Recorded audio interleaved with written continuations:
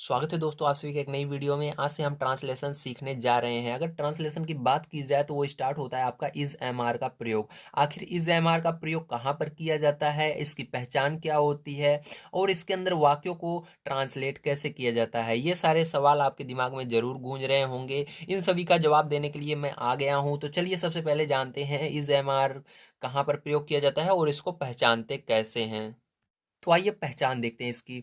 तो जिन वाक्यों के अंत में है, हैं, हो आदि शब्द आते हैं उन्हीं वाक्यों में इज एम आर का प्रयोग किया जाता है। तो सीधी सी बात है, ऐसे वाक्य जिसके लास्ट में अंतिम में है, हैं, हो आदि शब्द देखने के लिए मिलेंगे उन्हीं में हमको क्या करना है, इज एम आर का प्रयोग करना है। ठीक है। तो जैसे कि देखिए यहाँ पर पहला एग्जाम्पल मैंने लिया है, मुकेश एक अच्छा लड़का है। तो यहाँ पर है आ रहा है लास्ट में, तो इसके अंदर किसका प्रयोग होगा, इसके अंदर इज एम आर में से किसी एक चीज का प्रयोग होगा। अब यहां पर आपके दिमाग में आ रहा होगा सर इसके अंदर तीन चीजें हैं, आखिर प्रयोग इसके अंदर किसका होगा, इसका होगा, एम का होगा या आर का। तो चलिए उसका भी मैं आपको सॉल्यूशन बता देता हूं।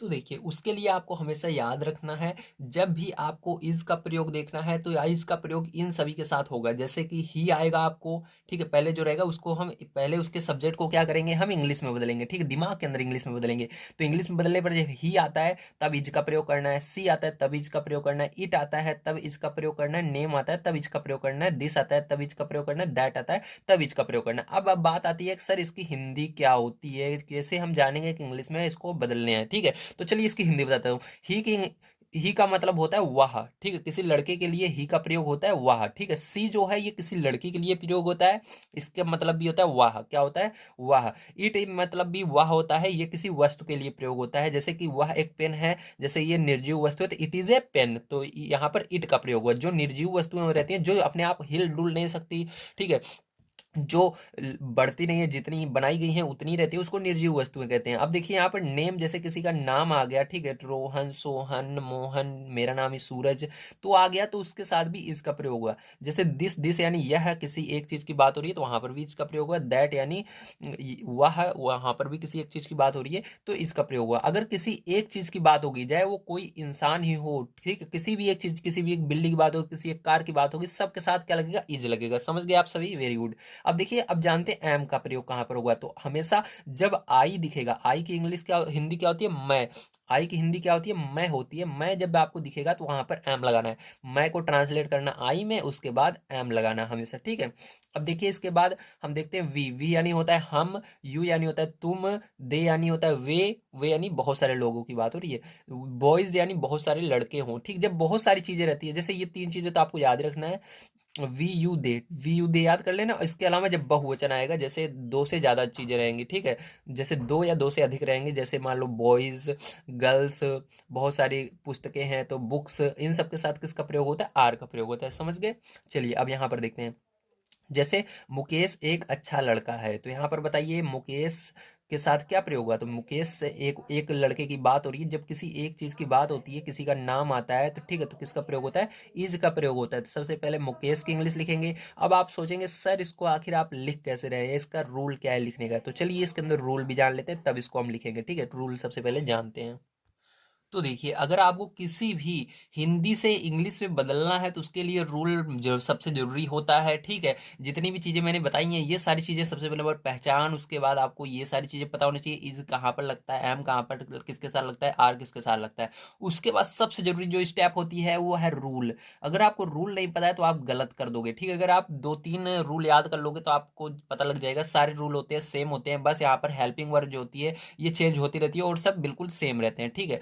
अब देखिए यहां पर ये जो मैंने रूल लिखा है ये आपका किसका है, अफर्मेटिव सेंटेंस का है। किसका है, अफर्मेटिव सेंटेंस का। तो यहां पर सेंटेंस हम पढ़ेंगे चार प्रकार के। ठीक है, कितने प्रकार के सेंटेंस इसमें पढ़ेंगे, चार प्रकार के पढ़ेंगे। पहला होता है अफर्मेटिव सेंटेंस, दूसरा होता है निगेटिव सेंटेंस, तीसरा होता है, ठीक है, तीसरा होता है सिंगल इंट्रोगेटिव, फिर डबल इंट्रोगेटिव। ये चारों सेंटेंस हम पढ़ने वाले हैं। ठीक है। अब देखिए यहां पर हम देखते हैं अफर्मेटिव सेंटेंस। ठीक है, अफर्मेटिव सेंटेंस देखेंगे। अब देखिए जो अफर्मेटिव सेंटेंस है इसका जो रूल है ये क्या है, सबसे पहले सब्जेक्ट लिखना है। तो सब्जेक्ट जिसके बारे में बात की जाती है उसको सब्जेक्ट कहते हैं। तो इसके अंदर सब्जेक्ट क्या है, मुकेश सब्जेक्ट है, तो सबसे पहले मुकेश की इंग्लिश लिखेंगे, मुकेश। ठीक है, इस तरह से। पहला अक्षर आपको कैपिटल लेटर में लिखना है। अब देखिए इसके अंदर इज एम आर लगाना है, तो मैंने आपको बताया मुकेश जब आता है तो आपको ढूंढना है, हाँ मुकेश क्या है, नाम है किसी का, तो नाम कहाँ पर रहता है, ये नाम ये रहा, नाम जब रहेगा तो क्या लगाना है, इज लगाना है। तो इसके साथ इज लगाना है, छोटे यानी स्मॉल लेटर में, ठीक है, इसके अक्षर स्मॉल लेटर में होने चाहिए। इज लगा दिया। अब इसके बाद कॉम्प्लीमेंट, मतलब जैसे ये अच्छा है बुरा है इसको कॉम्प्लीमेंट कहते हैं, तो मुकेश इज, अब इसके पहले ए लगा करके ए, अब अच्छे का क्या होता है, गुड होता है, क्या होता है, गुड बॉय, ठीक है, गुड होगा और लड़के लड़का बच जाता है जो कि ऑब्जेक्ट है, इसको पीछे लगा देंगे बॉय, ठीक है, Mukesh is a good boy, इस तरह से इसको हम ट्रांसलेट करते हैं। समझ में आ गया आपको, वेरी गुड।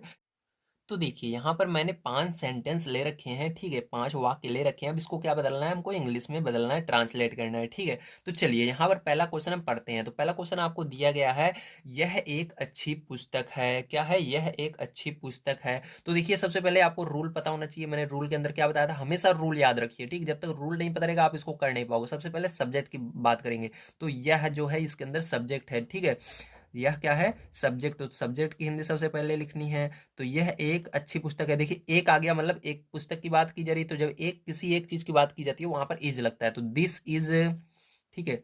अब एक अच्छी पुस्तक है, तो एक अच्छी, तो अच्छी क्या है, कॉम्प्लीमेंट, तो एक को और अच्छी को दोनों एक साथ लिखा जाता है, याद रखिएगा, दिस इज ए। अब देखिए अच्छी, अच्छी के लिए क्या होता है, गुड होता है, ठीक, क्या होता है, good, this is a good, पुस्तक का क्या होता है, बुक होता है, ठीक है, this is a good book, ठीक है, इस तरह से होगा, this is a good book.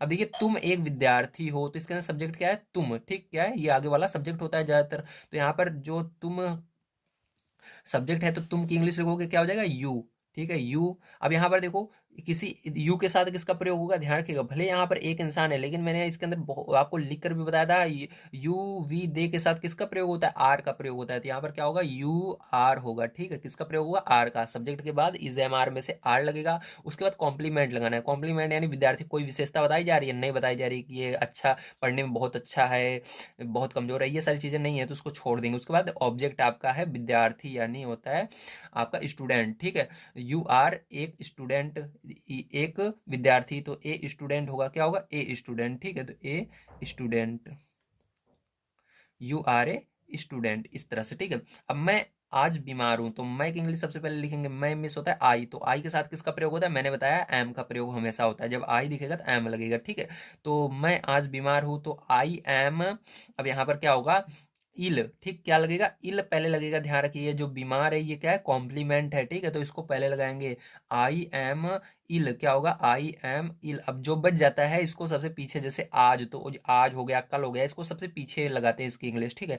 तो आज का क्या होगा, टुडे, ठीक है, इसको सबसे पीछे भेजेंगे, आई एम इल टूडे, ठीक, इस तरह से होगा। अब देखिए यहाँ पर चाय गर्म है, तो चाय की इंग्लिश क्या होगी, टी, टी ई ए, टी। अब टी किसी एक, चाय जो है वो किसके अंदर रहती है, कप के अंदर रहती है, गिलास के अंदर रहती है, गिलास कितने, एक ही गिलास रहता है, ठीक है, तो इसलिए चाय गर्म है, मतलब यहाँ पर टी इज लगेगा, क्योंकि एक गिलास की बात की जा रही है, एक गिलास चाय की बात की जा रही है, टी इज होट, ठीक है, यहाँ पर आपको कॉमन सेंस लगाना पड़ेगा, अपना दिमाग लगाकर पता लगाना पड़ेगा, एक इज लगेगा या एम लगेगा या आर लगेगा, ध्यान रखिएगा, ठीक है। टी इज होट, क्या होगा, होट, ठीक है, एच ओ टी, होट, गर्म का क्या होता है, होट होता है। अब देखो ये वाला, पिताजी दफ्तर में है, पिताजी दफ्तर में है, इसका क्या होगा, पिताजी का होता है फादर, ठीक है, F A T H E R, father. अब इसके बाद इज एम आर लगेगा, इज एम आर में से क्या लगेगा, पिताजी एक है, तो इसके लिए इज लगेगा, फादर इज। अब इन द ऑफिस क्या होगा, में का होता है इन, दफ्तर यानी होता है ऑफिस, तो इससे पहले द लगता है, इन द ऑफिस, ठीक है, father is in the office, ठीक है, ये हो गया। तो यहाँ पर प्यारे बच्चों मैंने आप सभी को सिखाया इज एम आर का प्रयोग किस प्रकार से किया जाता है। आप सभी के लिए मैं यहाँ पर 2 क्वेश्चन देना चाहता हूँ, जो कि अगले वाले वीडियो में मैं आप सभी को, जो आपका क्लास 2 रहेगी उसके अंदर मैं आपको बताऊंगा, ठीक है। तो वो क्वेश्चन आपका ये है, तुम धनी हो, क्या है, पहला क्वेश्चन आपको होमवर्क के तौर पर इसको करना है। पहला क्वेश्चन यहाँ पर लिखिए, तुम धनी हो, तुम धनी हो, वे बहादुर हैं, वे बहादुर हैं, ये 2 क्वेश्चन आपको करके आने हैं, ठीक है। अगर आपको आ जाए तो कमेंट भी कर सकते हैं आप सभी। तो ये वीडियो आप सभी को कैसा लगा जरूर बताइएगा। मिलते हैं अगली वीडियो में। वीडियो देखने के लिए धन्यवाद। अगर वीडियो पसंद आया हो तो चैनल को सब्सक्राइब कर लीजिएगा, क्योंकि नेक्स्ट क्लास आपको कल प्रोवाइड की जाएगी। Thank you very much.